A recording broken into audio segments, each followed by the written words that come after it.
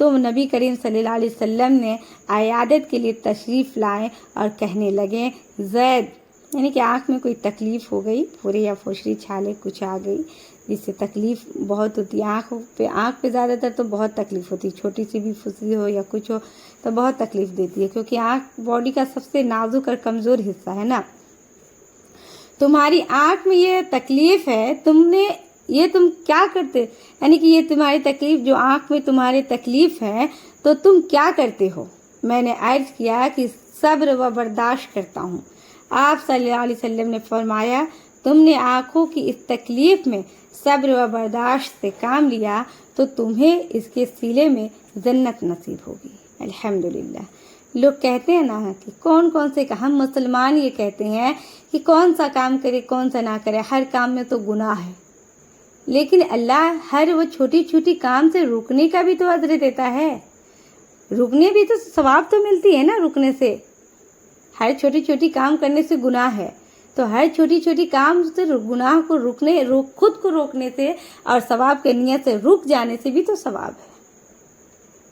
ارے ہمیں ہمارے اپنے ایمان کو اللہ کے لیے حاضر رکھنا چاہیے۔ حضرت ابن عباس رضی اللہ کا بیان ہے کہ نبی کریم صلی اللہ علیہ وسلم جب کسی مریض کی عیادت کو جاتے تھے تو اس کے سرحانے بیٹھتے تھے، اس کے بعد 7 بار یہ دعا پڑھتے تھے، ہے نا، اسأل اللہ العظیم رب العرش العظیم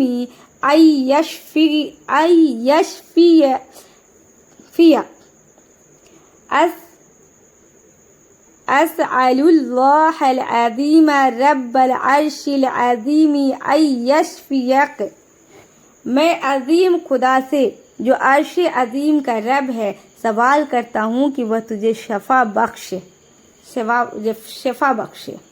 اور آپ صلی اللہ علیہ وسلم ارشاد فرمایا کہ یہ دعا 7 بار پڑھنے سے مریض ضرور شفا یاب ہوگا، اللہ یا کہ اس کی موت ہی آ گئی ہو، یعنی کہ موت میں بھی ہو تو اللہ تعالیٰ کے پاس جائے گا تو وہ صحت مند ہو کر جائے گا۔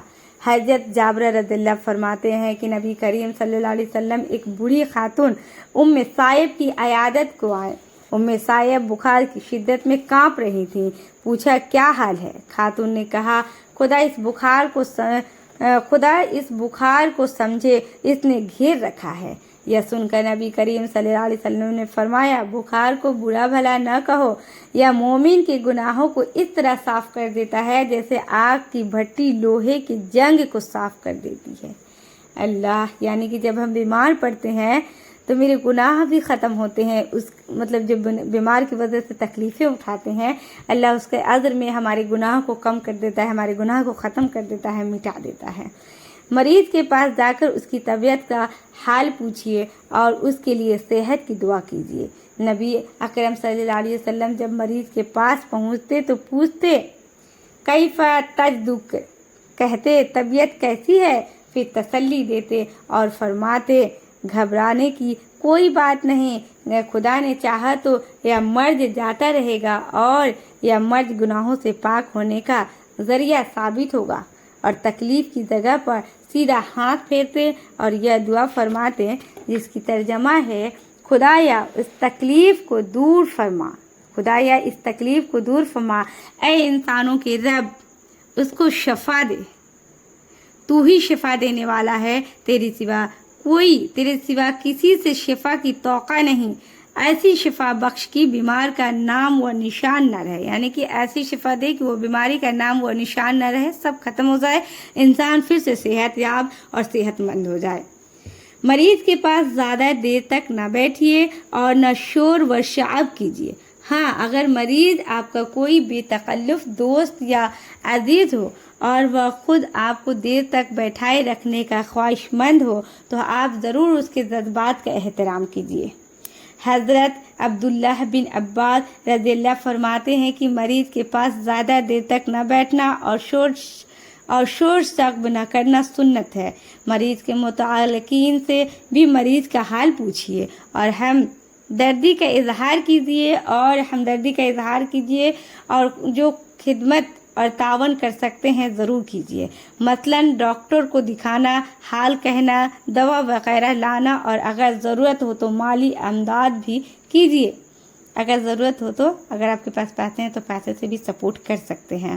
حضرت ابراہیم علیہ السلام بن حبلہ کہتے ہیں کہ ایک بار میری بیوی بیمار پڑ گئی، میں ان دنوں حضرت درد کے پاس جایا کرتا تھا۔ جب میں ان کے پاس پہنچا تو فرماتی، کہو تمہاری بیوی کی طبیعت کیسی ہے؟ میں جواب دیتا، ابھی تو بیمار ہے۔ پھر وہ کھانا منگواتے اور میں ان کے یہاں بیٹھ کر کھانا کھاتا اور واپس جاتا۔ ایک دن جب میں پہنچا اور انہوں نے حال پوچھا تو میں نے بتایا کہ خدا کے فضل و کرم سے اب قریب اچھی ہو گئی ہے۔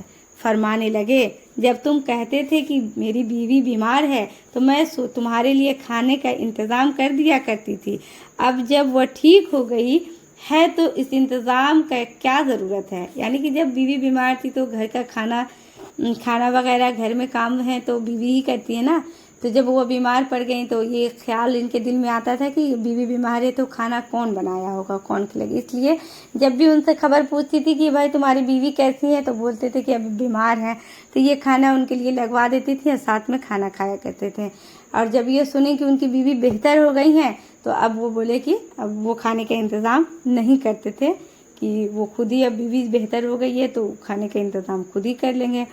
تو یہ بات ہے۔ غیر مسلم مریض کی عیادت کے لیے بھی جائیے، یعنی کہ جو غیر مسلم ہیں ان کی بیماری میں ان کی عیادت کے لیے بھی جائیے، اور مناسب موقع پا کر حکمت کے ساتھ اس کو دین حق کی طرف متوجہ کیجیے۔ بیماری میں آدمی خدا کی طرف نسبتاً زیادہ متوجہ ہوتا ہے اور قبولیت کا جذبہ بھی بالعموم زیادہ بیدار ہوتا ہے۔ حضرت انس رضی اللہ کا بیان ہے کہ ایک یہودی لڑکا نبی کریم صلی اللہ علیہ وسلم کی خدمت کیا کرتا تھا۔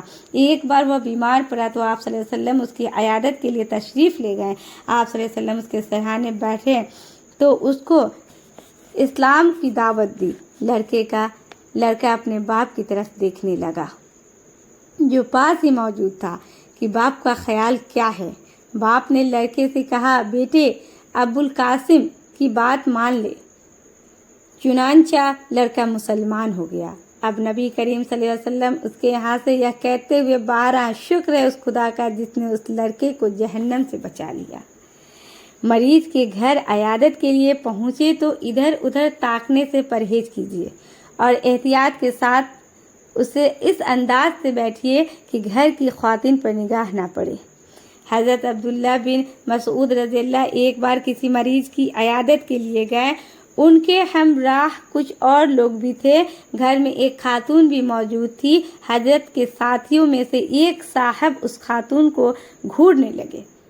حضرت عبداللہ رضی اللہ کو جب محسوس ہوا تو فرمایا، اگر تم اپنی آنکھیں پھوڑ لیتے تو تمہارے حق میں بہت بہتر ہوتا۔ یعنی کہ کسی لڑکی کو تاک جھانک کرنا کسی بھی عورت خاتون پہ، اس سے بہتر ہے کہ اپنی آنکھوں کو پھوڑ لینا۔ جو لوگ علانیہ فسق و فجور میں مبتلا ہوں اور نہایت بے شرمی اور ڈھٹائی کے ساتھ خدا کی نافرمانی کر رہے ہوں، ان کی عیادت کے لیے نہ جائیے۔ حضرت عبداللہ بن عمر رضی اللہ فرماتے ہیں کہ شراب پینے والے جب بیمار پڑے تو ان کی عیادت کے لیے نہ جائیے۔ مریض کی عیادت کے لیے جائیے تو مریض سے بھی اپنے لیے دعا کروائیے۔ ابن ماجہ میں ہے، جب تم کسی مریض کی عیادت کو جاؤ تو اس سے اپنے لیے دعا کی درخواست کرو۔ مریض کی دعا ایسی ہے جیسے فرشتوں کی دعا، یعنی فرشتے خدا کی مرضی پا کر ہی دعا کرتے ہیں اور ان کی دعا مقبول ہوتی ہے۔ الحمدللہ۔